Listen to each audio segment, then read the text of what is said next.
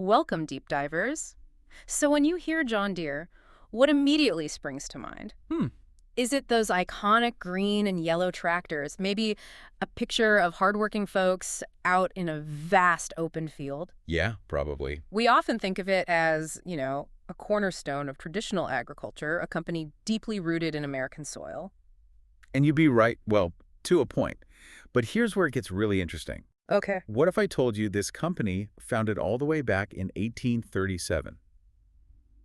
I mean, that's almost as old as America itself is actually at the absolute cutting edge of technology. Really cutting edge. Yeah, fundamentally transforming how we farm, in the 21st century. That's the surprising reality we're diving into today. Our mission for this deep dive is really to unpack how John Deere has evolved way beyond its traditional roots into like a legitimate tech and software powerhouse. Exactly. We'll explore its incredible impact on modern farming, its surprisingly diversified business, and its strategic importance, especially in dynamic growth regions like Brazil. And we've got some great material. Yeah, we've pulled together a stack of sources for you, including some in-depth investment analyses and a recent John Deere Investor Day transcript right from Brazil, so that should give you a truly multifaceted view. Definitely, should be good. So let's unpack how this incredible story unfolds. Right. So to really get John Deere today, you first have to appreciate its enduring legacy. Okay.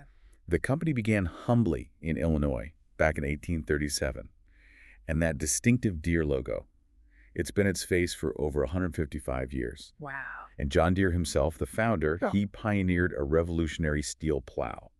Now, this was a massive improvement over the old iron or wooden plows. Why was that? What was the big deal? Well, those older plows, they frequently got stuck in the rich, sticky Midwestern soil. The steel one just sliced through it.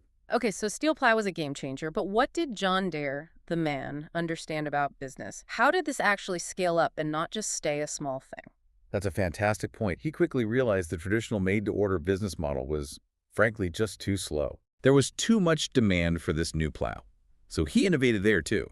He shifted to manufacturing plows before getting an order. Ah, proactive. Exactly. This sped up production massively, let customers see exactly what they were buying right there, and allowed immediate purchases. Nar. Yeah, word spread fast. And they were soon producing hundreds of these steel plows a year.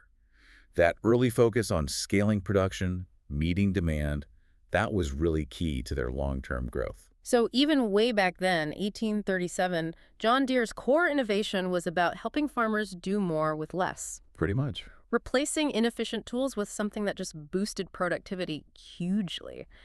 That basic idea, it seems, has been remarkably consistent, hasn't it? Just the tools have evolved. That's a great way to put it. And their growth certainly didn't stop with plows. No, absolutely not. It wasn't until 1918, actually, that John Deere started producing its famous tractors. Okay, much later. Yeah, and later they expanded into diesel engines, forestry machinery, even lawn care equipment.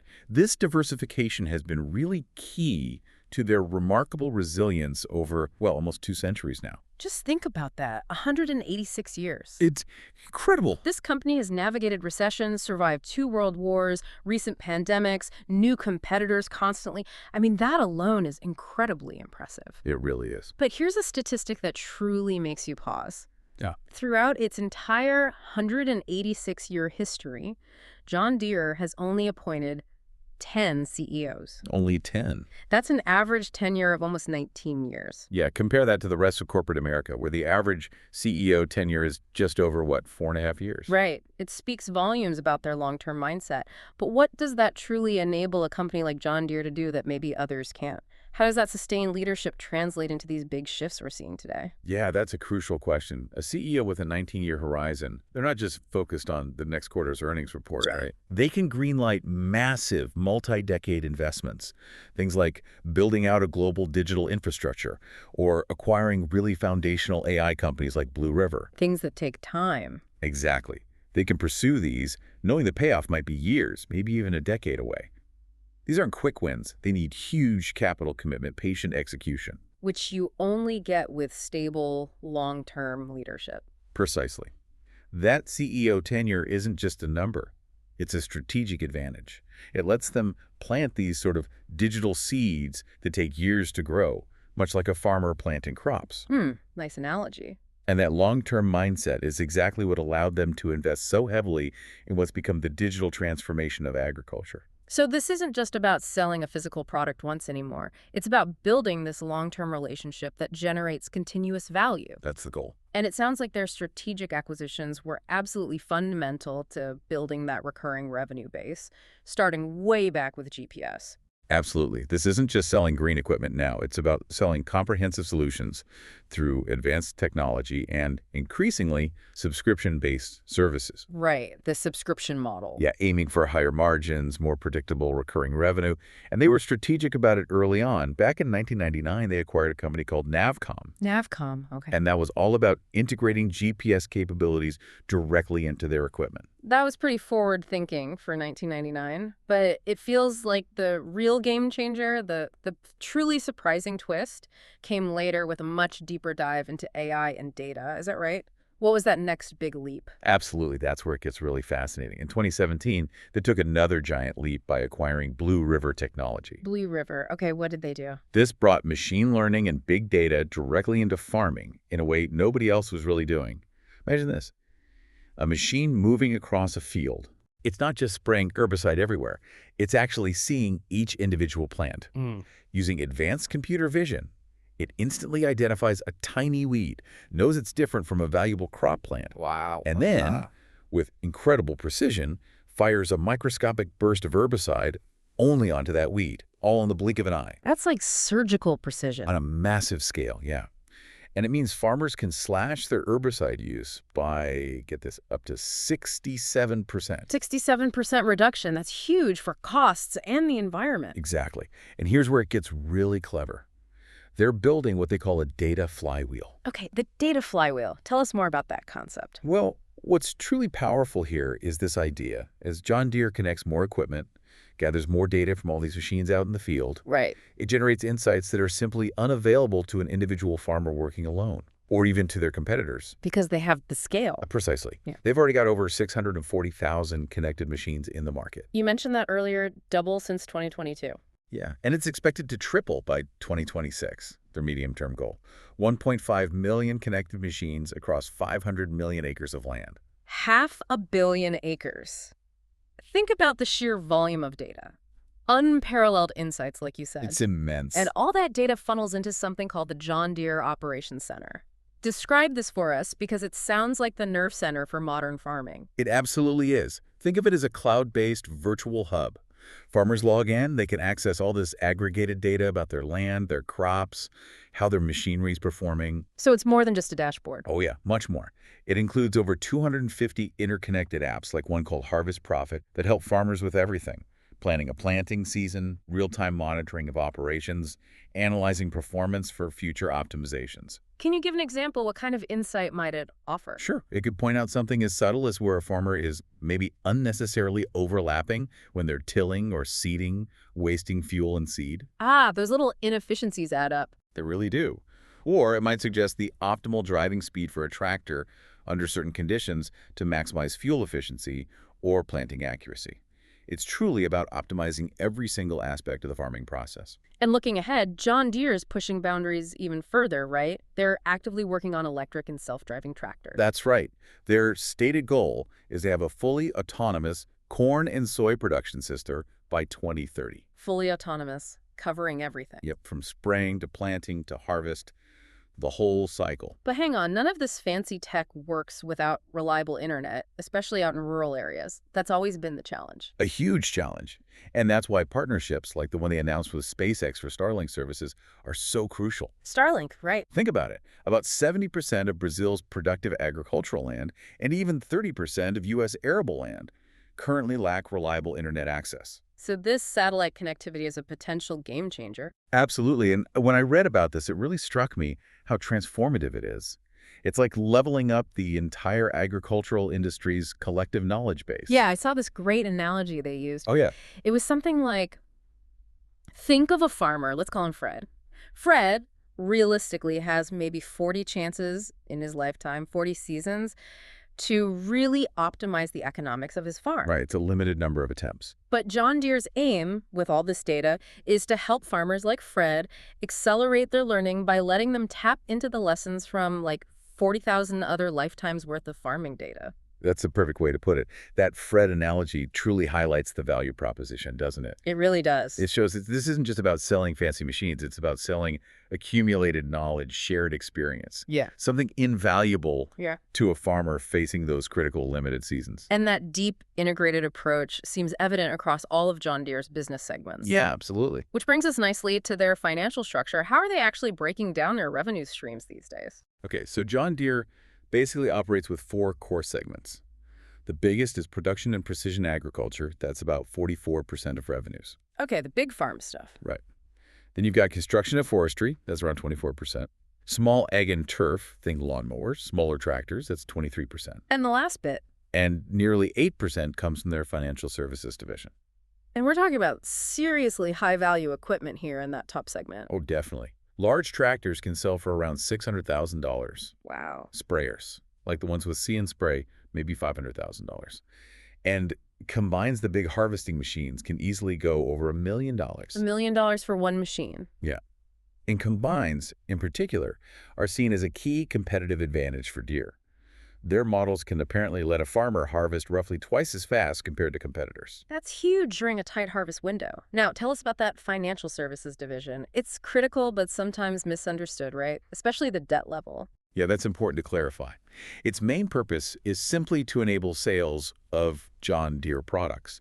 They provide financing for farmers and dealers, using the equipment itself as collateral. So it's financing their own sales, essentially. Exactly. Now, you might look at their balance sheet and see around $60 billion in debt, which sounds enormous. It does. But it's crucial to understand that most of that isn't manufacturing leverage. It's directly tied to these financing loans they've made to customers. Ah, okay. So it's backed by the equipment. Right. And they have incredibly deep expertise in agricultural lending. They've been working with farmers for centuries. They know their customers. They understand the cycles better than almost any traditional bank would. So these loans are well within their circle of competence. Makes sense. What's also key here, you mentioned it earlier, is management's clear goal to shift towards recurring revenues. Yes, that's a big strategic push. They expect recurring revenues, things like software subscriptions, data services, maybe even usage fees down the line, to make up around 40% of the business by the end of the decade. 40%, that's a major shift. It is, and they're targeting 10%, specifically from subscriptions within that. The idea is this leads to higher, more predictable margins, and it helps dampen that inherent cyclicality that always impacts agricultural businesses. Right, smoothing out the bumps. It's a strategic move to kind of future-proof their revenue streams. Exactly. And this leads us directly into talking about John Deere's competitive advantages.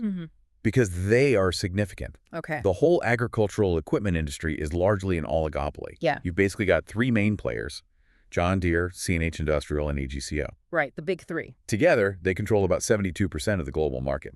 And John Deere is the undisputed leader within that group. What kind of market share are we talking? Globally, they hold about 25%. But in North America, it's over 40%. For combines specifically in North America, it's a commanding 60%. And for the really big, new, high-horsepower tractors, they've got about 2/3 of the market. Wow, dominant figures, especially in North America. So it's an oligopoly, Deere's leading, it sounds like a strong position, but in an industry this vital, what stops new, disruptive players from really challenging them, especially with tech advancing so quickly? That's a great question, and it's something they obviously have to defend constantly. A few key things. First, their massive scale gives them significant economies of scale in manufacturing. Just cheaper to build things when you build so many. Makes sense. Crucially, that scale also means they can spend way more on research and development than their competitors.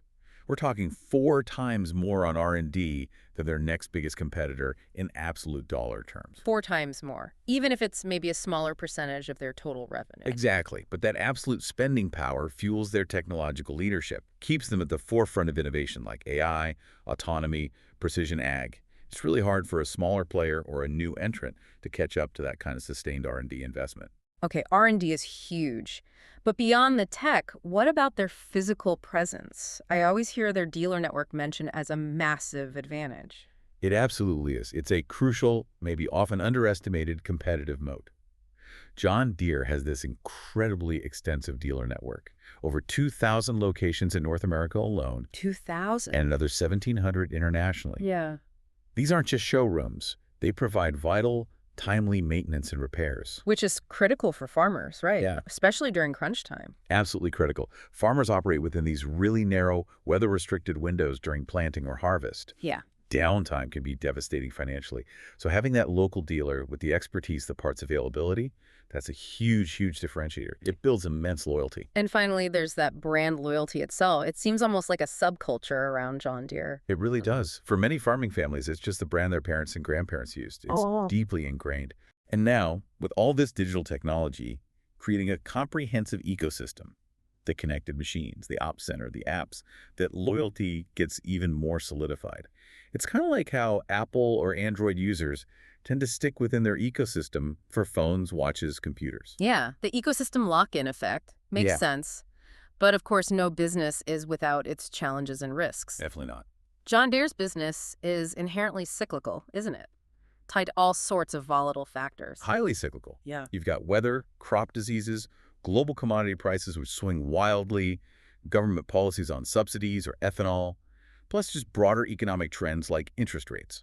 Right. I read that 2024 was considered a below-average year for the industry, mainly due to lower commodity prices and higher interest rates, making farmers maybe hold off on big purchases. Yeah, that's right. But it's important to note the company has done a lot of work structurally lowering costs and improving profitability compared to previous down cycles.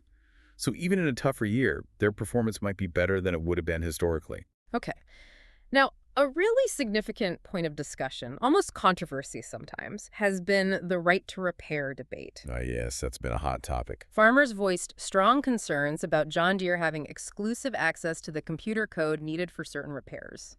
They argued that dealerships basically had a monopoly on fixing the more complex electronic issues. And Deere's position. Well, John Deere maintained that farmers could actually perform about 98% of repairs themselves already. But a key development happened in January 2023, didn't it? It did. The company signed an agreement basically committing to enable independent repair shops and farmers themselves to access necessary diagnostic tools and manuals. That sounds like a big headline win for farmers. But what does this agreement really change on the ground? Is it a full resolution, or does that tension around proprietary software and diagnostics still kind of linger? That's a fair question. The agreement definitely provides more access, which is a step towards addressing those farmer concerns about choice and cost. But, the underlying technology is incredibly complex now. Software is deeply embedded in almost every component. So the conversation around what constitutes a repair versus a modification and who controls the core software, that's likely to continue to evolve. It's a real balancing act for Deere, protecting their significant R&D investment and intellectual property while also empowering their customers. Yeah, it's tricky. And on a related note, there's the capability for some equipment to be remotely locked, right? Yeah, that capability exists. Yeah. It was actually used, quite notably, to deactivate equipment that was stolen in Ukraine during the conflict. Oh, wow. Okay, so it has security uses. It does, but it also, highlights the level of remote control the manufacturer retains over these increasingly sophisticated machines. Definitely something to keep an eye on. What about other risks? Union relations. Union relations are always a factor for a large manufacturer. We saw this with the big strike back in 2021 involving about 10,000 UAW workers. Right, I remember that. How did it end? It resulted in a new contract with immediate 10% salary raises and significant signing bonuses. So labor costs and negotiations are an ongoing consideration. And broader, maybe more speculative risks. Well, you could think about things like major shifts in dietary patterns. Yeah. A huge move towards plant-based or lab-grown meats could eventually affect demand for traditional feed crops. Interesting point. Then there are the macroeconomic factors we mentioned: inflation, interest rates impacting borrowing costs for farmers, and potential credit risk within their own financial services division if there's a major agricultural downturn. Okay. One other point often discussed with older, larger companies is insider ownership. How does Deere stack up there? Yeah, for a company as old and massive as John Deere, insider ownership, meaning shares held by executives and board members, is naturally lower than you might see in, say, a younger tech startup where founders still hold big stakes. Right, that makes sense. However, the company made a really pivotal shift back in the early 2000s. They changed their management compensation structure to much more strongly prioritize shareholder value creation. And that seems to have aligned incentives effectively. And there's one very high-profile outside investor, isn't there? Yes, Bill Gates. Through his investment vehicles, he holds a significant stake in John Deere, over 7% last I checked. 7%, that's substantial. It is. And it fits quite nicely with his other major investment, being one of the largest private owners of farmland across the United States. Huh. So a pretty clear vote of confidence in the long-term future of agriculture and Deere's role in it. You can certainly interpret it that way. Okay, now let's pivot and take a really deep dive into a specific, crucial market, Brazil. You mentioned it earlier as a key growth area. It sounds like it's truly an agricultural superpower. Oh, absolutely. Brazil is massive in global agriculture. It's the world's fourth largest food producer overall and the top exporter for huge crops like soybeans, sugar, coffee, corn, cotton. Agribusiness accounts for something like 22% of Brazil's entire GDP. It's fundamental to their economy. What makes Brazil such a unique opportunity for agricultural production and for companies like John Deere? Well, Brazil has some really unique advantages. First, the climate in many regions allows for year-round production.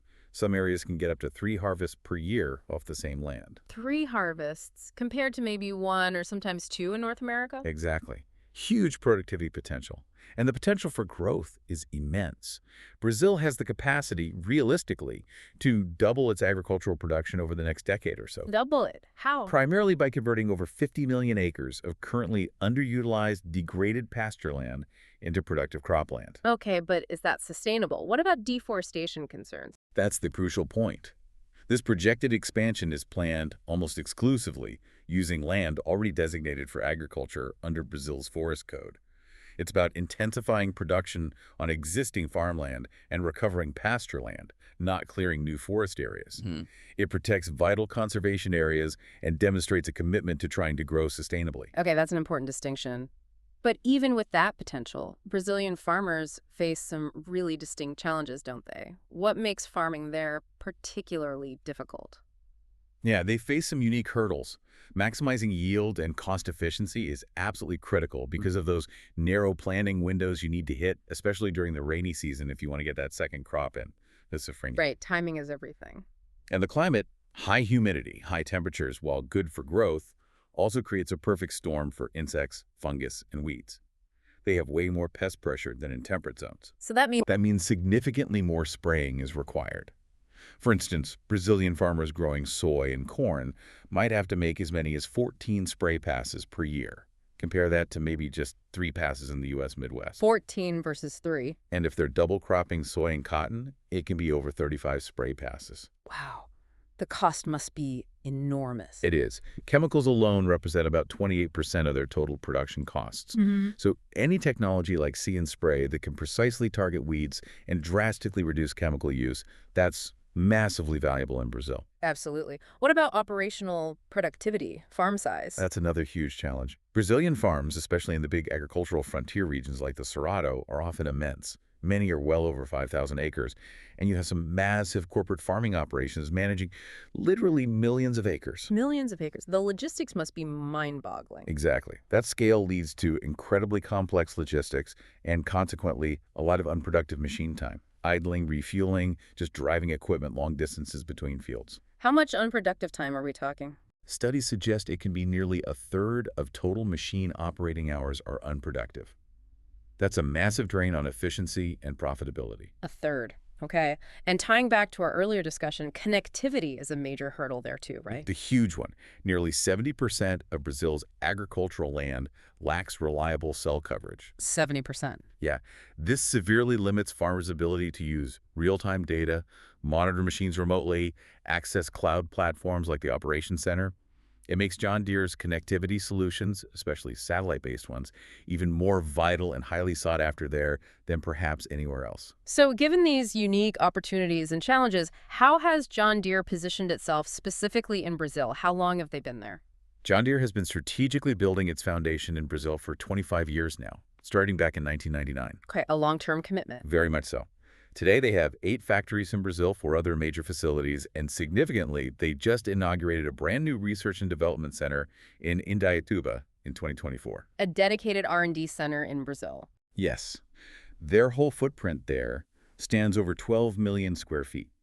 This extensive local presence gives them a real competitive advantage in understanding and addressing local needs. So their strategy is genuinely for Brazil, in Brazil. That's exactly their stated strategy. They're specifically designing and developing solutions tailored to Brazilian conditions. Like they have a 5N Narrow Series tractor designed specifically for the tight rows in coffee and citrus plantations. Ah, specialized equipment. Exactly. And they're also localizing the production of their most advanced technologies. For example, they've started manufacturing See and Spray Select in Brazil, bringing that high-precision spraying tech directly to that market where it offers such huge value. Smart. And to tackle those pervasive connectivity gaps you mentioned. That's where JB Link Boost comes in. That's their satellite connectivity solution. They've already sold over 4,000 units in Brazil, which just shows the immediate pent-up demand for reliable connection. 4,000 already. What's their bigger goal for connectivity in Brazil by 2030? By 2030, their goal is ambitious. 2.5 times more connected machines than today, 50% more engaged acres using their digital tools, and 150% more highly engaged acres, meaning farms really maximizing the use of the full tech stack. And the dealer network plays a big role there too, I assume. Absolutely. Their strong Brazilian dealer network, with over 235 locations now, is a key differentiator. Many have these connected solution centers offering world-class support, including real-time remote diagnostics and assistance for farmers out in the field. It really underlines their commitment to being an integral part of that whole Brazilian agricultural ecosystem. Okay, so the strategy sounds solid, but what about the tangible results? Can you quantify the value these advanced solutions actually deliver to a Brazilian farmer? Yeah, they provided a really compelling model farm example from Mato Grosso, a major ag state. Okay, lay it out for us. So imagine a typical large farm there, maybe 7,400 acres, doing a soy corn double crop. By implementing John Deere solutions like See and Spray Select, Which reduces herbicide by how much again? by up to 56% in that scenario, Mm. and combining it with things like harvest settings automation, which can boost harvesting productivity by 20%. Okay. When you combine the cost savings from less chemical plus the additional revenue from higher yields or faster harvesting, it can lead to over $40 per acre in cost savings and over $70 per acre in additional revenue. Wow, add those up. That's nearly $150 per acre in incremental profit. Exactly. Nearly $115 per acre. Now multiply that across 7,400 acres. Let's carry the one. Over $850,000 in total savings and extra income for that single farm in 1 year. A remarkable $851,000, according to their model. It really shows the scale of the financial impact. And it's not just about the profit, is it? There's a sustainability angle too. Yes, absolutely. They estimate that these kinds of efficiencies also contribute to approximately 40 kilograms of CO2 equivalent savings per ton of crop produced. 40 kilos CO2e per ton. So it's a genuine do more with less scenario, more profit, more productivity, lower environmental footprint. It really echoes that founding principle from 1837, just applied with 21st century technology. So, wrapping this all up, what does this deep dive really tell us? It's been a fascinating journey. It really has. From those humble beginnings in Illinois in 1837 making steel plows, to now being this leading-edge technology and software company. Deeply, deeply integrated into the economics and the efficiency of modern agriculture worldwide. It's clear that John Deere's core value proposition, that do more with less idea, is still central for farmers everywhere. Absolutely. Their long history, those incredibly deep customer relationships built over generations, and now this immense technological prowess, especially that robust dealer network and the relentless focus on connectivity and data, it just makes them a truly compelling case study in industrial evolution and innovation. We hope this deep dive has given you some new insights, maybe some aha moments about a company that might have seemed, pretty straightforward on the surface. Yeah, just green tractors. Right. But clearly, there are layers upon layers of complexity, strategy, and innovation going on. It's a company that's not just selling machines anymore. They're selling knowledge, efficiency, data insights. Yeah. Really a pathway to a more productive and potentially more sustainable future for farming. So as we wrap up, I want to leave you with that timeless quote from John Deere himself. I will never put my name on a product that does not have in it the best that is in me. Powerful quote. Think about how that founding ethos might still be driving the company today as they tackle these incredibly complex, evolving challenges, feeding a growing global population, dealing with climate change, resource scarcity. What does that commitment mean for the future of farming? And how will John Deere continue to push those boundaries, maybe even beyond what we can imagine today? Yeah. Something to definitely mull on. Something to think about until our next deep dive.